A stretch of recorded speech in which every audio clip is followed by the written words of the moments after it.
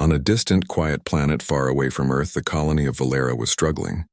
Years had passed since the first humans arrived, and life had never been easy. The planet's resources were scarce and the weather harsh.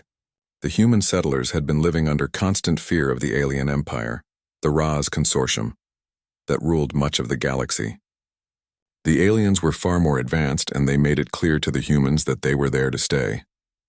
Anyone who stood in their way would pay the price. In a small, modest home on the edge of Valera's largest settlement, Serafina Vale lived with her 6 children. It wasn't much, just a little wooden house with a small garden where she grew what little food she could. Life had been even harder since her husband, Derek, had died. Derek had been a skilled engineer, one of the colony's brightest minds, but his life was taken too soon during an attempt to sabotage the Empire's operations. Now, it was just Serafina and her children, all under the age of 15.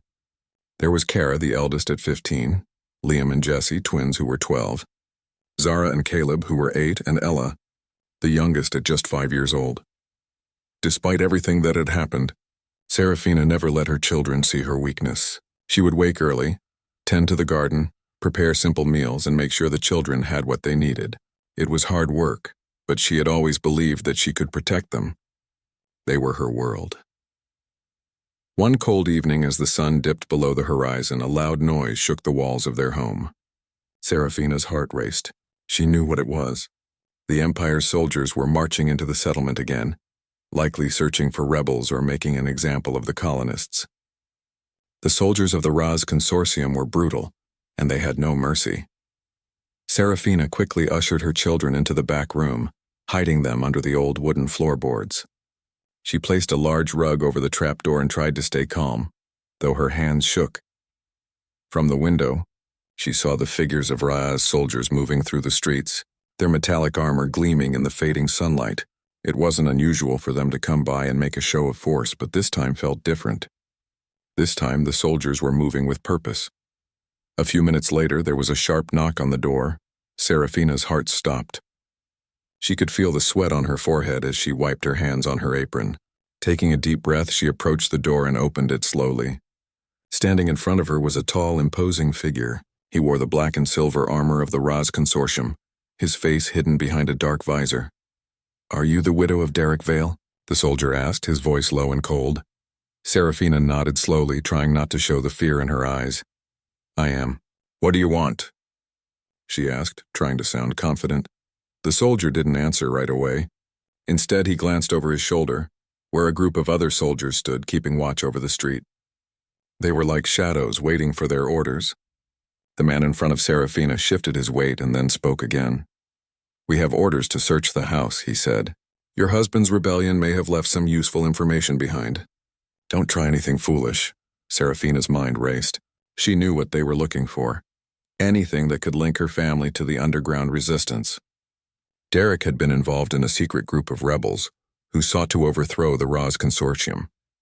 After his death, the group had fallen apart, but that didn't stop the Empire from searching every house for clues.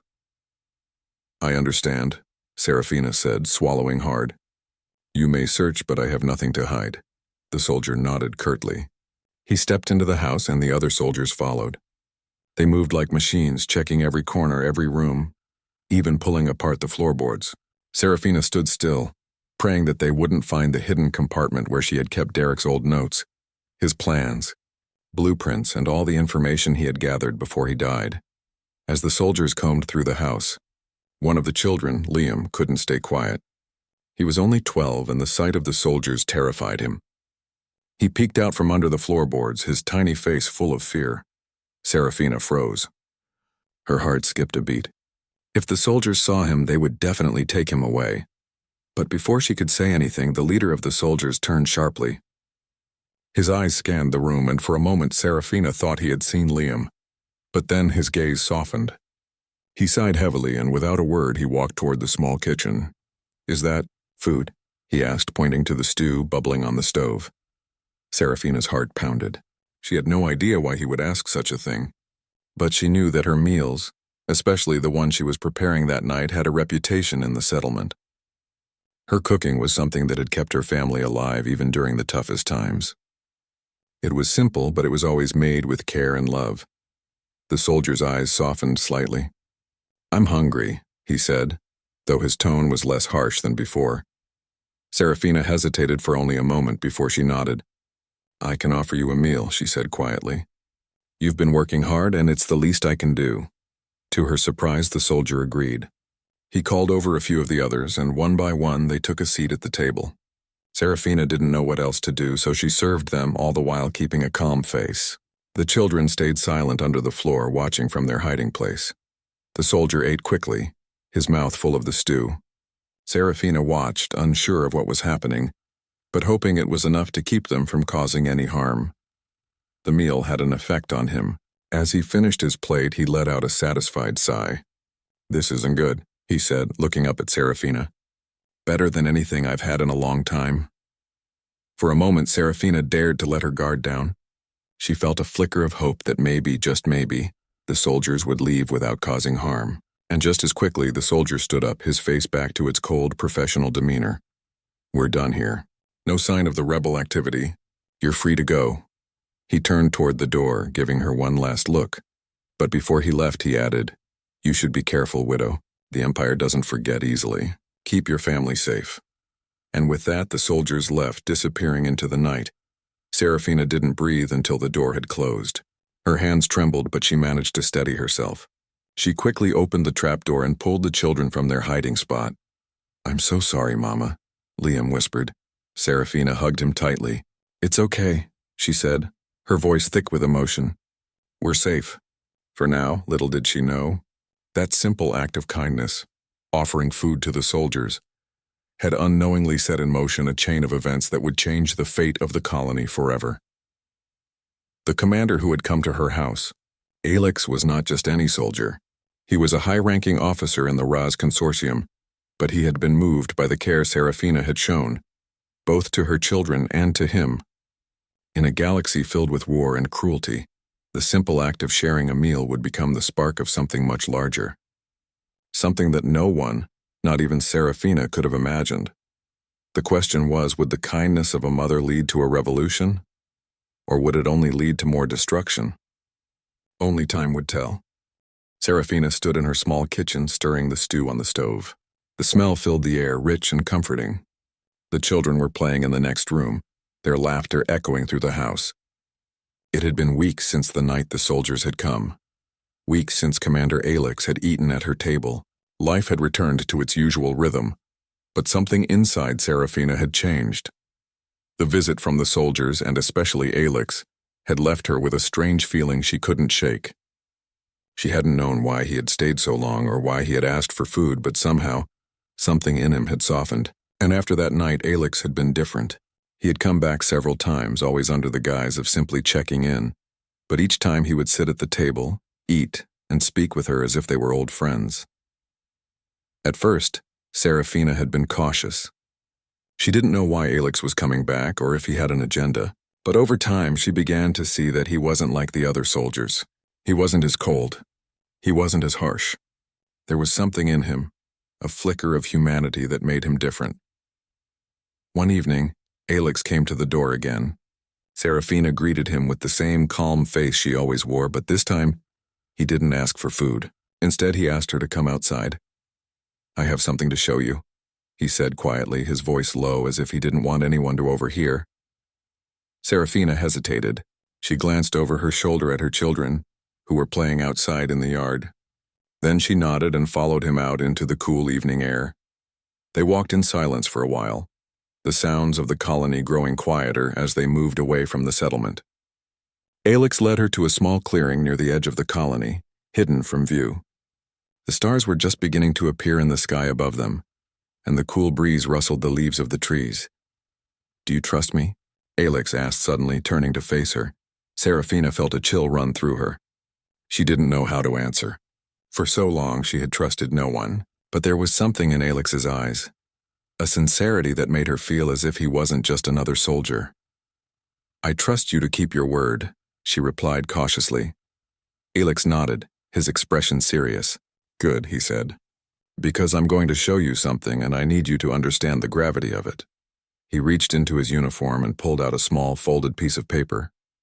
He handed it to her. As Serafina unfolded it, she saw a map. It was a crude drawing, but it was clear enough. It showed a hidden location deep in the wilderness away from the colony's main settlement. "Where is this?" she asked, her curiosity piqued. Alex paused before answering. "It's a secret base. A place where we've been hiding information and people.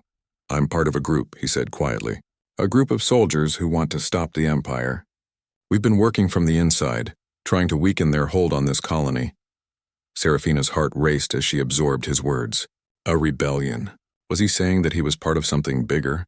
Something that could change everything? She had heard rumors of resistance movements in the colonies, but she never thought she would meet someone who was actively fighting against the Raz Consortium.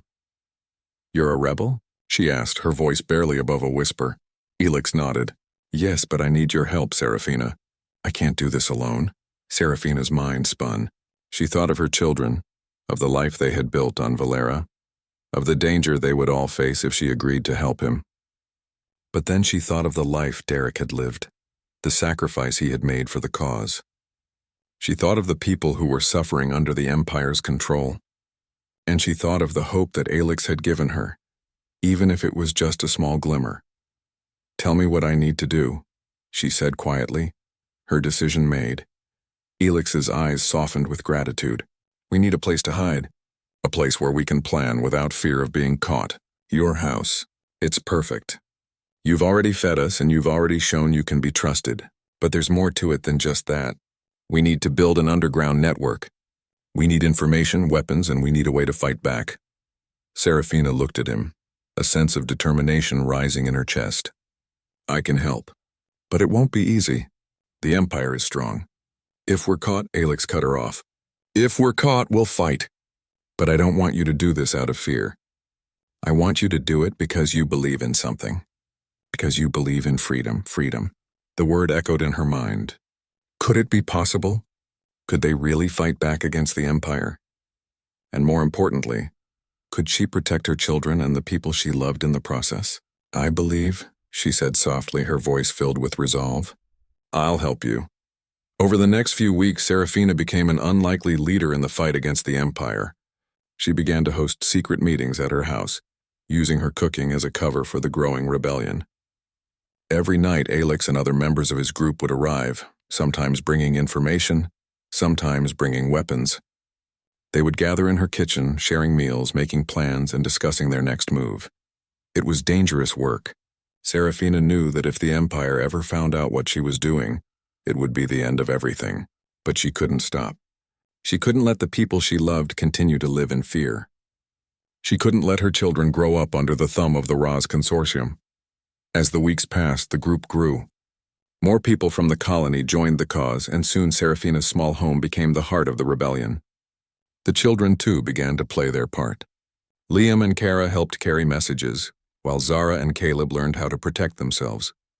Ella, though young, was often found sitting quietly with the others, listening to the plans being made around her. One day, as Serafina prepared another meal for the group, Alex approached her with a new mission.